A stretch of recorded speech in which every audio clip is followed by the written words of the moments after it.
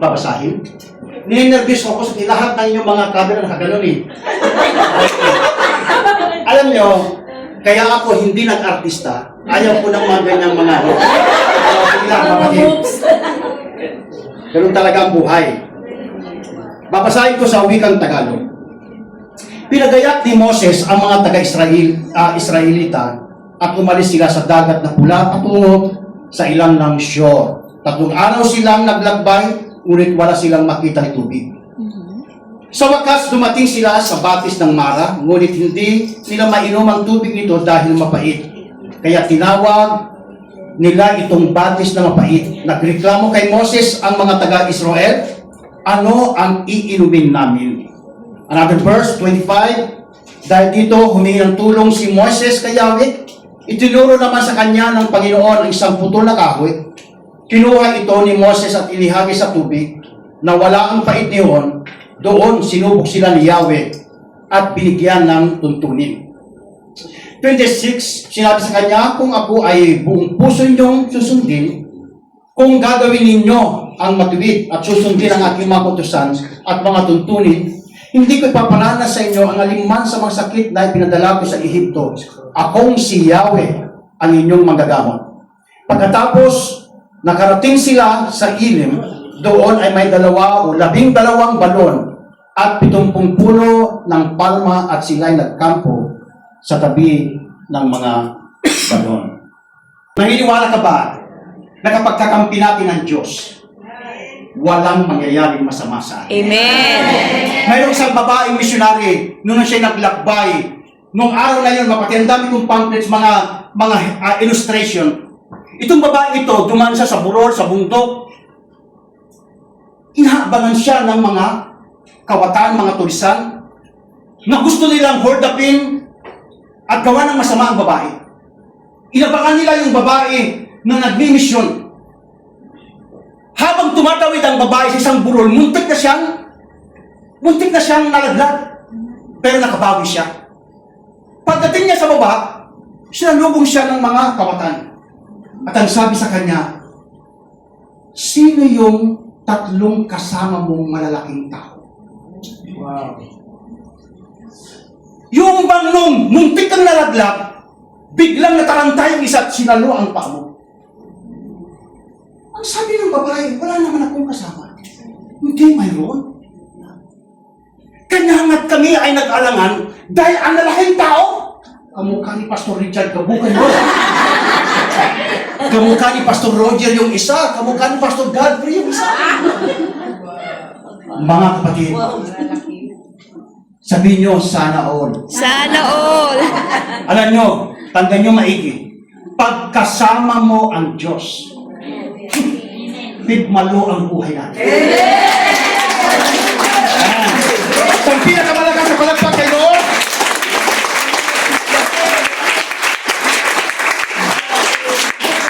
alam nyo, sanay tayong mag-travel, paliparas naman tayo. Sumasakay tayo ng aeroplano, di ba? Taon-taon, nasa abroad ako. Mapatid, sa aeroplano, may mga offer ang ating mga aeroplano. May basic economy, may regular, may economy, may first class, may business class, at mayroon no class, mga kapatid. Atin na lang yun. Depende yan kung anong pipiliin natin. Di ba? So, lahat naman tayo, mga kapatid, pag nasa aeroplano, pare ang dasal natin. Na kapag kunting turbulence, manginginig na tayo agad. Pero naniniwala ko, pag panahon mo na, panahon mo na. Amen, right? Praise the Lord. Ang sabi ni,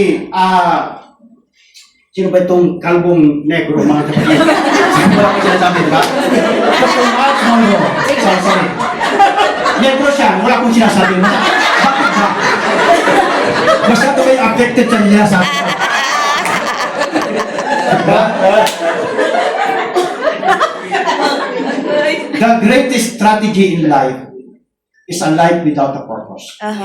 Hindi ka sinilang sa mundong ito para magtrabaho lang sa Hong Kong, magpadala ng pera, magbayad ng mga bills sa mga kamag-anak mo pagkatapos mamatay ka. Yes, Tandaan right. nyo sa mga bisita namin, hindi ka pinahintulutan ng Diyos na maging tao para lamang magpakayaman, magtrabaho, mag-asawa, magkaanak, pagkatapos mamatay. Tanda mo, best, Isang araw, pag ikaw ay humarap sa Diyos, hindi tatanungin ng Panginoon kung ilan ang laman ng bangko mo. Right. Ang Amen. tatanungin ng Diyos, ilan ang nadala mong kaluluwa. Right. Amen. Hallelujah. Next slide, verse 22. So Moses brought Israel from the Red Sea. Then they went out into the wilderness of Shur. And they went 3 days in the wilderness and found no water. Araw sila. Alam niyo guys, yung paglalakbay nila, ha?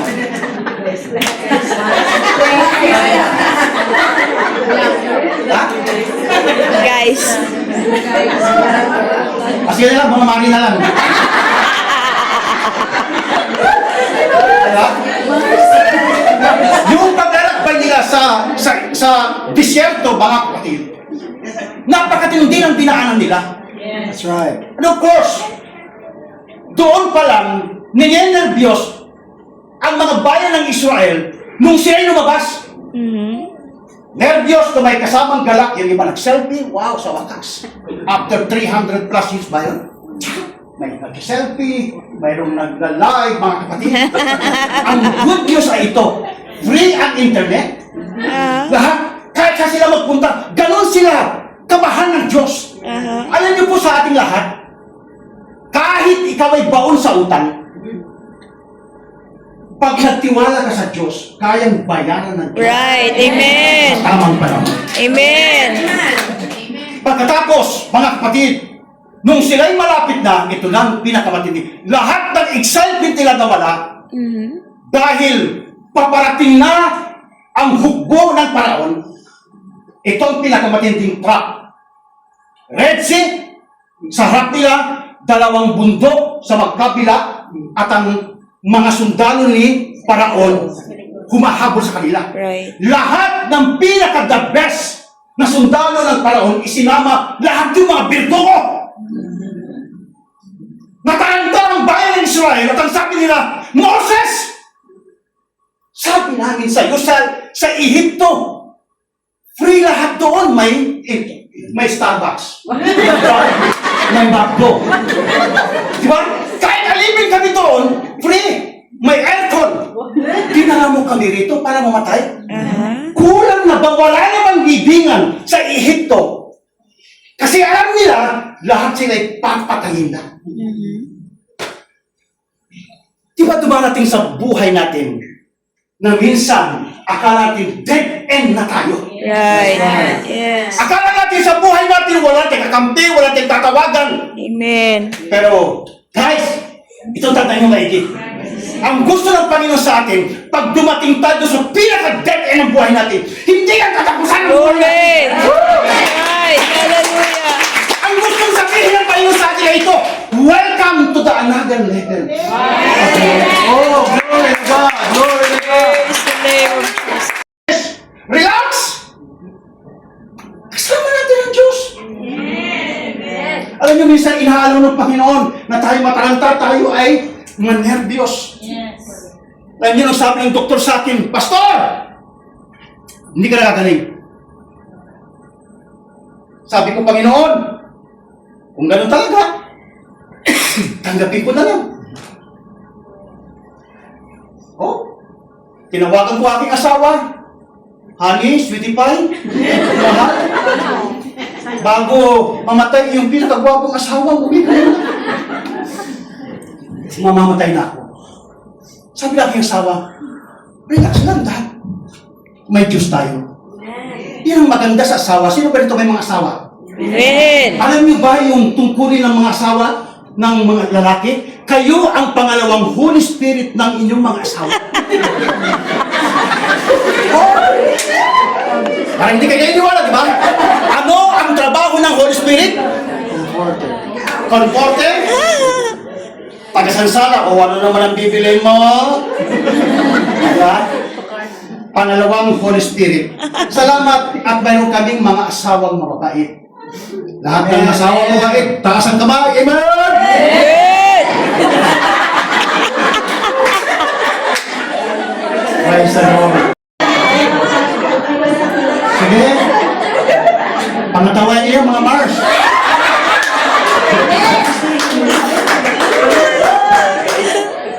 When God is your travel agent, number one.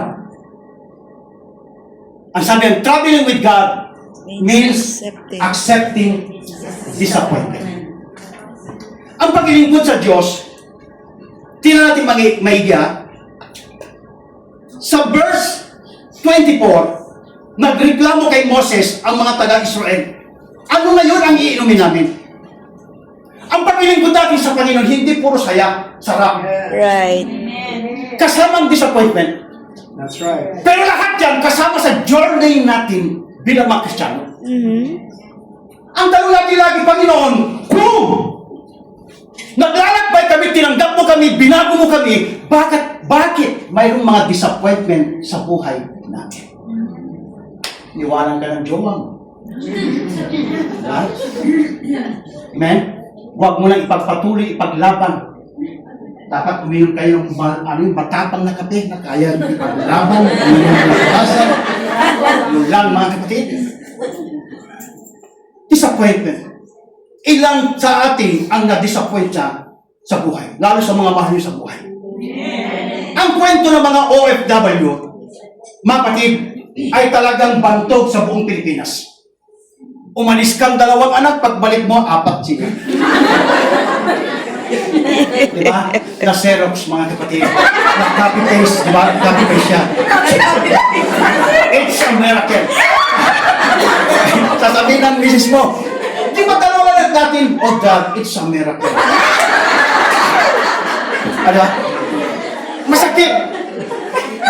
Pero guys, huwag niyong ubusin ang buhay niyo dahil lamang sa disappointment. Yes, right. Yung may inaasahan natin kung hindi nangyari, kalooban ng ating Panginoon.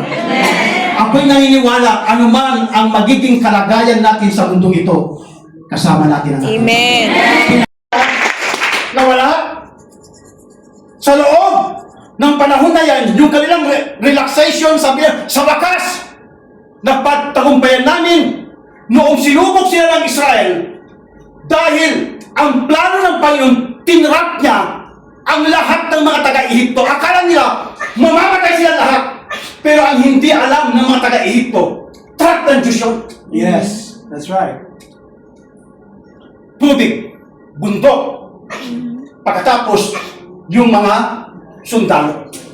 Ang hindi nila alam, mapatid, may plano ang ating Panginoon. Yes. Kapag dumating tayo sa point na tayo po'y na-disappoint, nahina, lahat yan, bahagi yan sa ministry nating lahat. Tandaan nyo maigi. Sabi ni Job sa kanyang asawa, hangal na babae, tatanggap ka lang ba ng mabuti sa Diyos at hindi ng masama?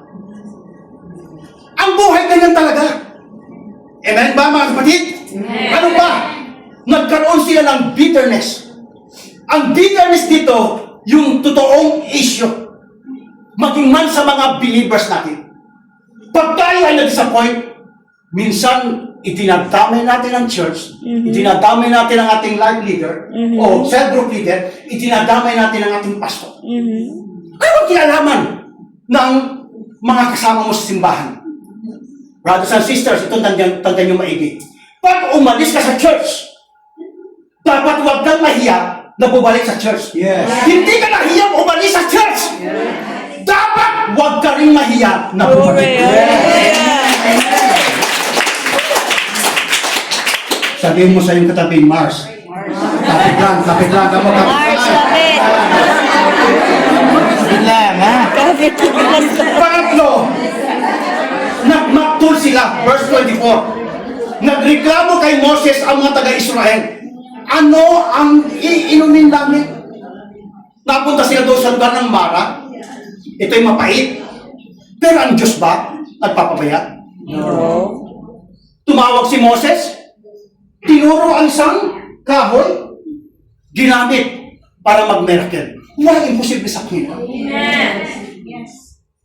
Nung ako nagpapastor, nagpariner ako, Lord, gusto ko sana kahit owner lang na pupuga-puga.